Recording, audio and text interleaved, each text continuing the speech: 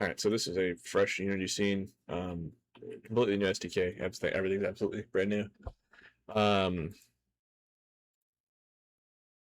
I don't have a script, so I'm kind of just like winging it, but I know what I'm doing. Promise. Delete the camera. You don't need it. In your assets, you want to make a personal folder. This is just a folder that the SDK doesn't read, so you can put anything in here and it won't get deleted.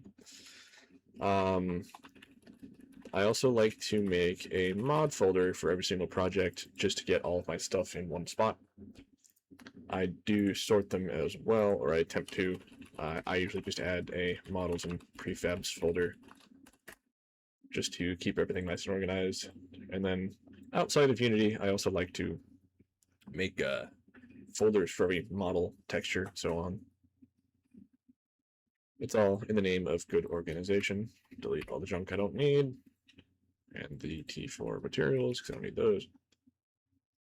Just throw your sword, or my sword, I guess, into the scene. You have your textures as well. I use Substance Painter. I have a export for my Mose maps. However, there is a tool you can use to create it. They're called Mose makers. Most generic models, if it's like store-bought or something, they use PBR, which is physical based rendering. So they have like all these entries for all of these textures, and then you would just put and click combine textures and it would put the output as the Mose. If you use Substance like I do and have the export, just make sure to mark your Mose maps as transparent. Also make sure to mark your normal maps as a normal map because it complains otherwise. Then you just create your material. Make sure to change the shader to Thunder Road Litmos AS shader. Toss your base color into your base color, your normal map into your normal map. If you don't have it marked as a normal map, it says like a little warning. It's like, this is not a normal map, fix now. And if you press fix now, it fixes it. Use metallic map, drop my Mose into it. And then that's it. It's nice and textured, looks pretty. If you don't know how I'm slowing down the camera, I am holding right control and then using my scroll wheel. I'm also holding right control to pan the camera around. You can use Alt and right click to to zoom in or out, Alt and left click to pan. If you press F and select something, it centers itself on that. All right. Once you have your mesh with textures on it, you just prefab, unpack it, and then create empty parent. Copy the name, T4 item. You could name your prefabs literally whatever you want. It's just good to have some sort of semblance of Unity to make sure everything is like togetherness or to match, standardize. The vanilla assets, they use like a period case system where instead of underscores, it's periods. I don't do that because I am weird. I've been using snake case all of my life, so I don't know why I would change. Yeah, unrelated. But add your item component. Just to go over some quick terminology, this on the left side is your hierarchy view. This on the bottom is your project folder, and this on the right is your inspector. So if I say anything weird like, oh, it's in your inspector, it's on the right side. If I say it's in your hierarchy, it's on the left. If I say project, it's at the bottom. It's going to complain about some things down here. It's your item ID, colliders, and handles. That's because they are none of those. Adding an item ID as easy as copying the name, F2, Control C, Control V. That's that. Holder point. This one is very particular. Interesting. There should be a gizmo I'm missing up here. Tool settings. This is supposed to be up here. All right, so it depends on your layout, but if you are in global mode, it looks like a globe. If you're in local, it looks like local. I don't remember the keybind for changing center or pivot, but this is also how you change center and pivot as well. All right, so your holder point, it's very peculiar, but it needs to be in local mode. This blue arrow needs to be upwards, or so just 90 degrees to the right. The way it works is very strange, but the blue arrow is pointing towards the ground whenever it is holstered, so it is very much local to your weapon, but the blue arrow needs to be in line with the blade or anything else that would be pointing downwards whenever it's equipped. Or sorry, in like a holder. So you just kind of align it to wherever it looks nicest. That's the holder point. The parry point is where AI will try to parry the weapon with. So I like to have it about the 3/4 position of the blade. The spawn point is, I don't remember if there's a proper orientation, so I just kind of move it to about the halfway point and leave it. It's okay to have a bit of trial and error with mods. Most weapons need some tinkering after you figure them out. Preview, very easy to make. The blue arrow is where the camera is facing, and these three yellow arrows are, your lights. Do not generate the icon before making your preview, otherwise it breaks. I will show you. It throws an error, and most of the time it'll dump like 4 extra cameras in here. The vanilla game uses cameras, or uses icons that are rotated at a 45-degree angle. I don't much care for them. I prefer my straight ahead icons, but it's whatever. Alright, now that the base items are set up, you can move on to handles. Just create a game object called handle, add a handle component. Now, my weapon is two-handed, so I want to put the handle component right about the center, and I want to increase the axis length just a hair to where the enable point-to-point transformation button appears. Now, it's very annoying, but the center, so these tips is pretty much the center of where your handle can actually grab. Because if I move the pommel around, oh, maybe it's not, maybe I've changed it. But the best way to tell where your hand will stop when trying to grab something is just using the axis grab position and then moving the points around. Sorry for the cough, I'm sick.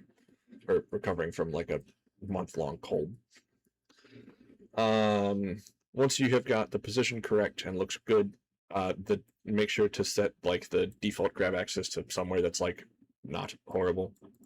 So 7.5 is a good position. Click try to make default hand poses. It should. You'll have 2 orients that appear. Open your catalog picker just once, just to load all the hand poses. Now, those should have been marked as default. I'm not sure why they haven't. Just give it a few minutes while it does things. Okay, cool, there it goes. I'm not sure why it didn't create... Okay, normally I named them default, so I guess I'll just do it myself. Orient, right, default. Technically, you can name this literally whatever you want. And the way I'm telling if it's left or right is it says right here, and you can even change it if you want to. The generic default hand position is totally fine. Sometimes I like to rotate them to be like straight on, but you don't have to.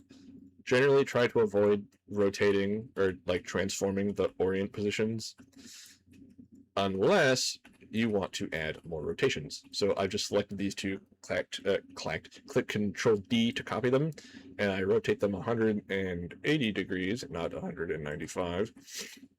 That lets you also flip your grip around, and I also like to select all 4 of them, hit Control D again, and rotate this bad boy 180 degrees so you can hold it also upside down. I don't know why you would, but some people like it. And that's that for handles. That's it. That's the entire thing. While we are in the process of doing it, you also want to assign your handles in your item ID, otherwise it does not work because it complains. Next up is colliders, because you can't do colliders without damagers. So colliders, let's see, create empty blades, handle, select them both, collider group. Cool. These don't actually need to be moved at all, but create empty, blade 1. The name of the actual collider doesn't matter in the slightest, but let's see. I like to use my... You can scale the colliders. I don't generally recommend it just because I'm ornery. But that's honestly about it. That's pretty much it. You can get thin if you want. That's good enough. And make sure to set your physics material. So there's multiple ways you can edit colliders. You can scroll these two numbers here, or you can just press the edit colliders button. If you click out of the collider anywhere, it kicks you out of edit mode, which is just an annoying Unity thing. If you're scrolling it and it seems, wow, this is going way too fast, if you hold Alt, it smooth scrolls, so it's a little bit easier. That's the blade done. For handle, I need to create guard capsule collider. Scale this bad boy all the way down. Rotator 90 degrees. And then adjust the height to be close to the weapon. Perfect. And then do another one for the handle. Rotate this back 90 degrees. Also, I'm holding control whenever I rotate things just to snap them into position. Adjust the root. That's not right. Come on now, smooth. Smooth. Sweet. Since these are capsules, you can't really have one side be a different scale than the other. If it really bugs you, you can just use a cube. You can get those in all kinds of shapes. So for the pommel, because it is a really weird shape, I have to use a capsule collider. Sorry, a mesh collider. I can just type in cylinder, and there's the generic default Unity cylinder. Make sure to mark it as convex, otherwise it just won't work. Rotate this bad boy, and then scale it.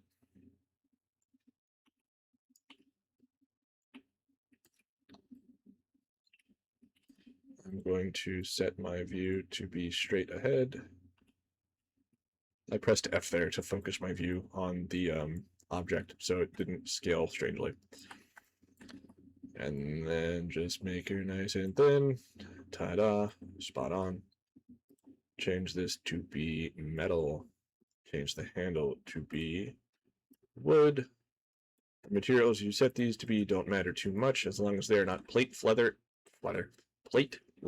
or flesh. Because if you hit them, if they're leather, plate, or flesh, they will bleed, and it's really weird, but really funny. Don't do it. It's a bad idea. Oops, I said that to plate. Don't do that. All right, cool. If you ever focus in on something and your view is all screwed up like this, just press the gizmo up here. If that gizmo is not there for you, if you right-click scene, you can go to overlays and just make sure most of these are enabled. Okay. Now that I have my collider groups done, you can select your just generic collider group head, or the prefix, the root of all your colliders, and you can just see if it looks good or not. So I don't know if I mentioned this, but you can scale colliders. I don't because I am weird about it, but do not scale collider groups, otherwise it will destroy things. And don't scale the head of the collider head, or don't scale the root of the colliders either. But now that we have our blade collider group, generate your imbue mesh for your effects. You also need to grab your mesh and bring it over to the emission renderer, otherwise it won't glow. But to get rid of this purple pinkish box, you need to uncheck the mesh renderer. If you leave that in, it'll appear pink in one eye but not the other, and it looks wrong, and it's really weird and can make you sick. Don't ask, I know. Okay. Next up is the damagers. This one is very simple. It's just blunt, pierce, slash. Actually going to change this to blunt handle. The names of these do matter, so just make sure you're smart and name them correctly. So blunt, very simple, very easy. Just open your colliders, drag in your handle or your blunt or whatever collider it is that isn't the blade.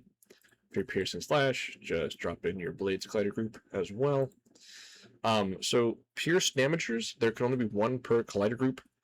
However, this is something I've been told. I don't know if it's necessarily true, but you can mark things as collider only as well as having a collider group, and it should work without needing to add a new collider group. I've only heard this from another user. I don't know if this is 100% true, so take that with a grain of salt. But it's just smarter-ish to add more collider groups where necessary.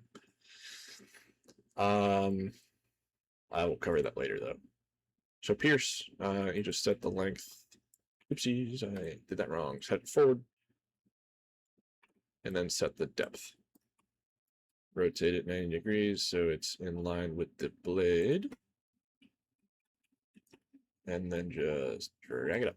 All right, so the center of the gizmo here, or pretty much where the red meets the yellow, is the tip of the glider. And then you can just set it to be the right length. I don't recommend it having it be super, super close to the crossguard because it means it'll look weird. If you get stabbing like a enemy with like really thick armor, it'll look like you're stabbing through your crossguard and it can look weird. It's not really a golden ratio kind of thing. It's just like guess and check.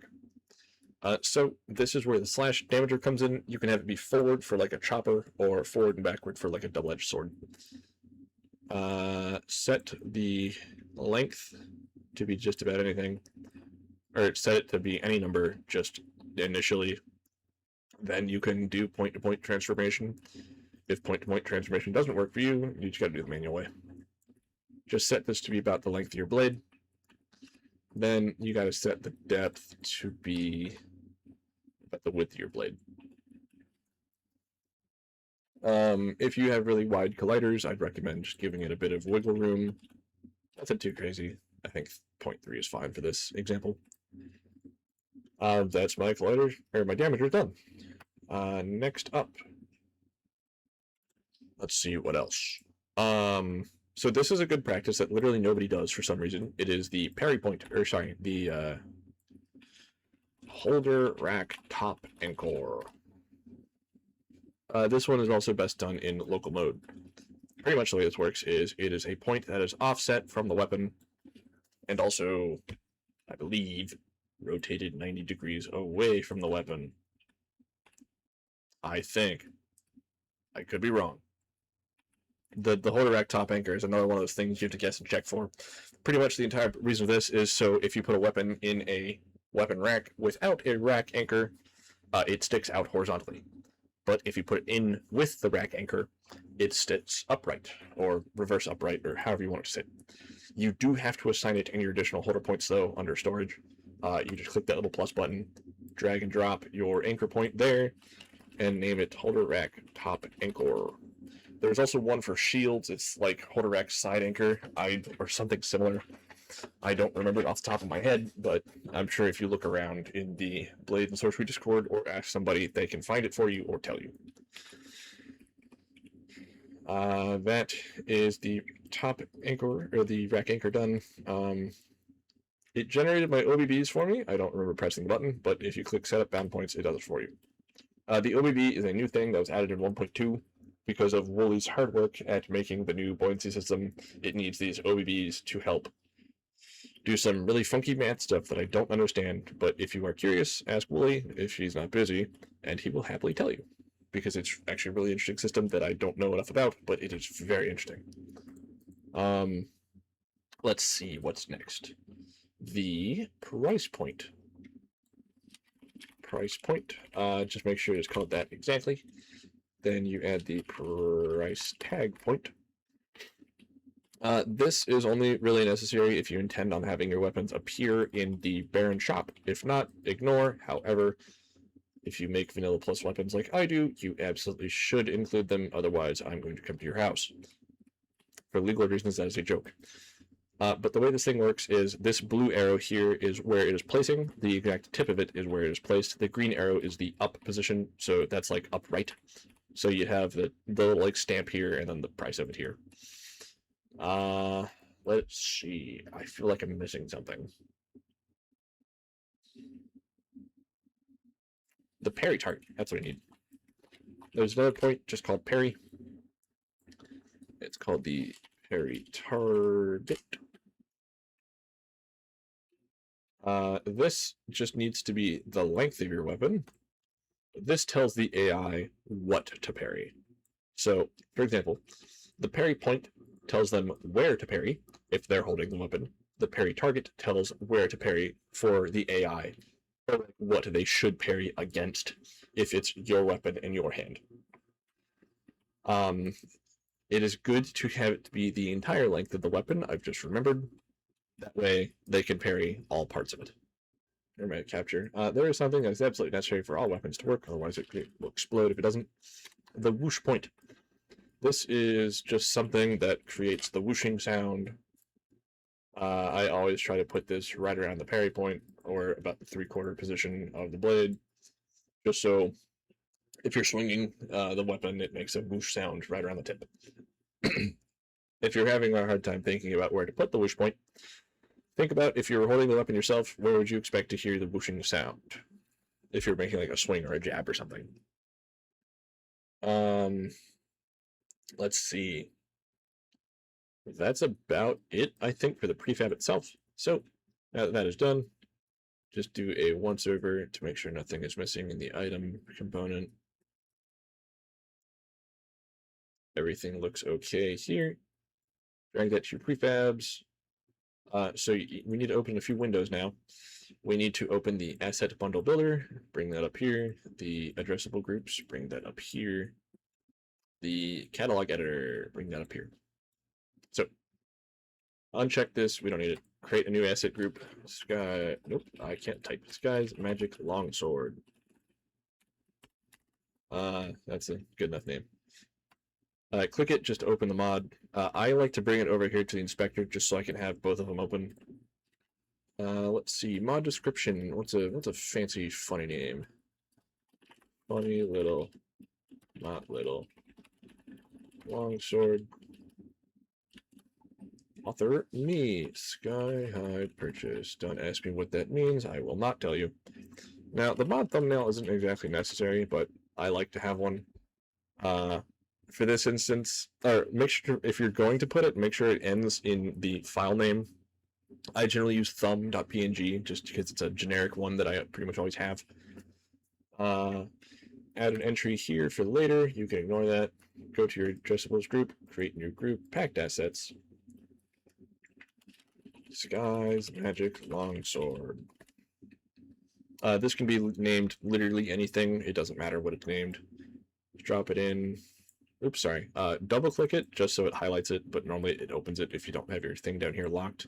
This, which stops the thing from, or it stops your project view from being dragged around by clicking other things. But, let's see. What are you complaining about?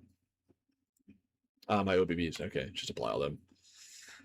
Oh yeah, if you have a little white line or a blue line here, you can. It just means you have unsaved changes. So just click your overrides and click like apply all or revert all, depending on what they are. You can also click individual changes just to set them and see which ones you want or don't want. Alrighty. In my addressables group, I want to go to my prefab folder, drag my weapon in. I'll mess with that later. Now that I've actually saved my preview, or my prefab, sorry, I can generate the icon for it. Once it's made, it's just good practice to double click it and make sure it looks nice and pretty. It's going to be a little bit crunchy, but that's just how it is. I can actually get rid of the game tab, I don't need that.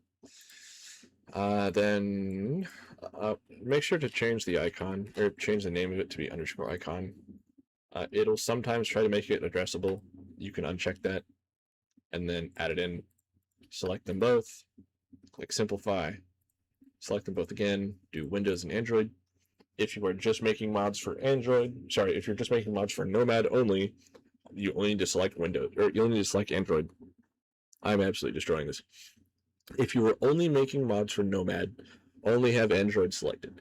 If you are only making mods for PC VR, only have Windows selected. If you're making mods for both, have both selected. And if you're not making mods at all, I think you're a little bit lost.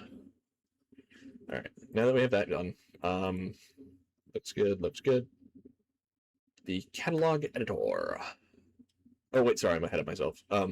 This, once you have this set up, make sure to click Create Mod Catalog Folder, and then Open Mod Catalog Folder. This just shows you your manifest folder and where all your catalogs and JSONs will be. Now we can go to my catalog editor. You're looking for items and weapons. It is generally a good idea to find the weapon that is most similar to what you are making. In my instance, it is going to be the sword long. Which one? Not the reinforced. Should be common. Yeah, sword long common. Here we go. Hit Shift Spacebar on the side here if you want to full screen it.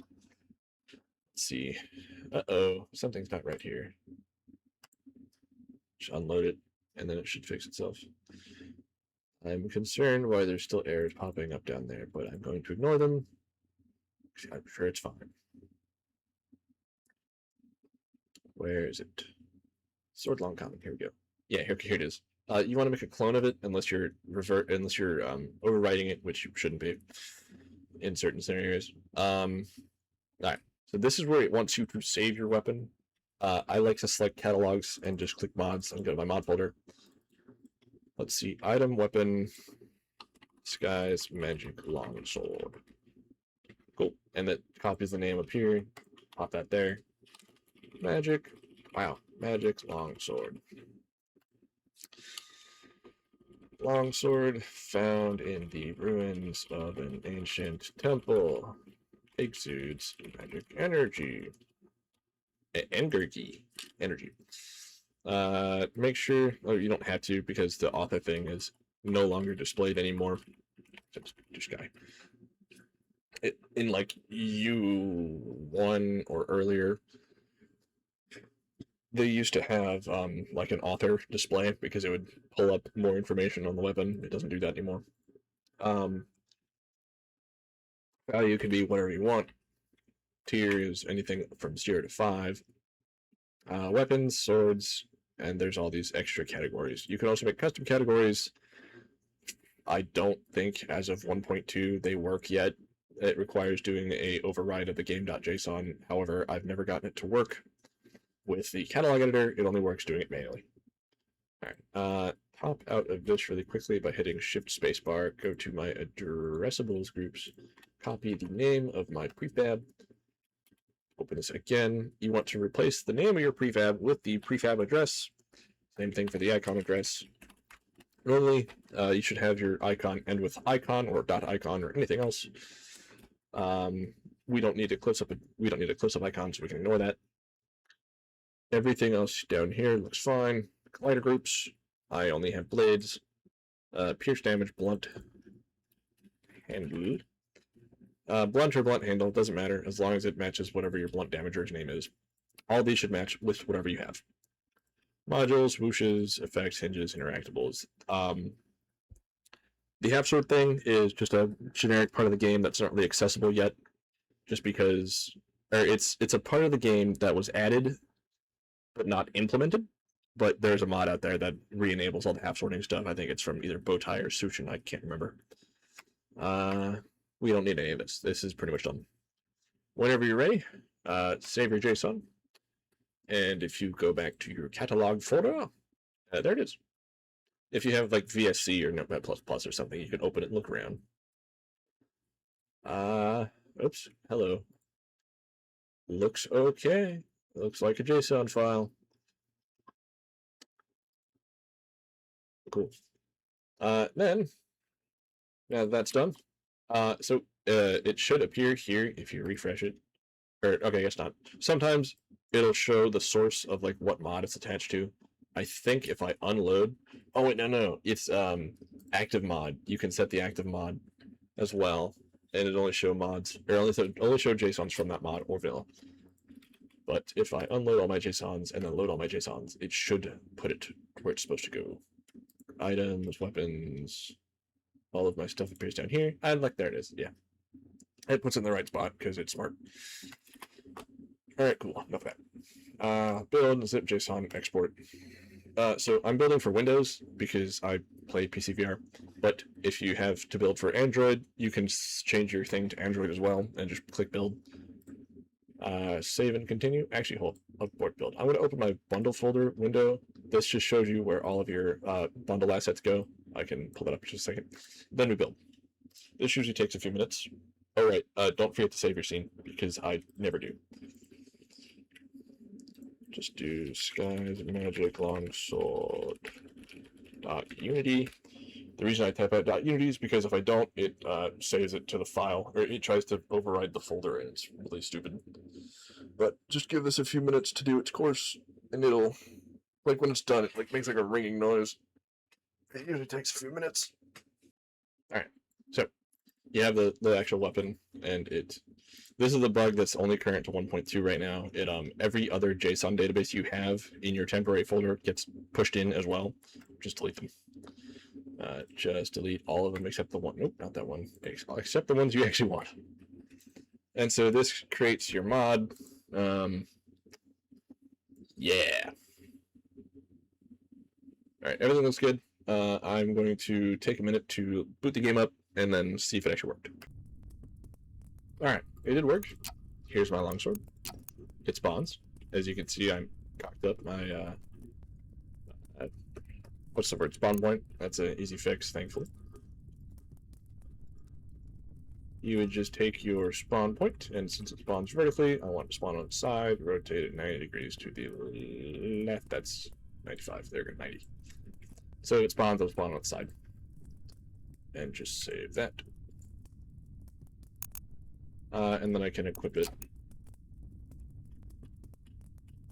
Generic position looks good. I don't have like no VR or anything installed, so it's just like the generic way it looks. Looks good.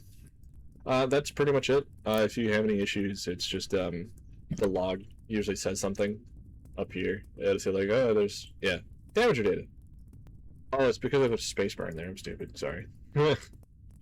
Yeah, everything is case sensitive. So if you put like a spacebar or like a space or anything where it's not meant to be, it'll break stuff. So don't do that. Be smart. Any change you make sure to save. Otherwise, you'll be bug hunting for things that don't exist. So, yeah. That's about it. 90% certain this works. If it doesn't, just complain.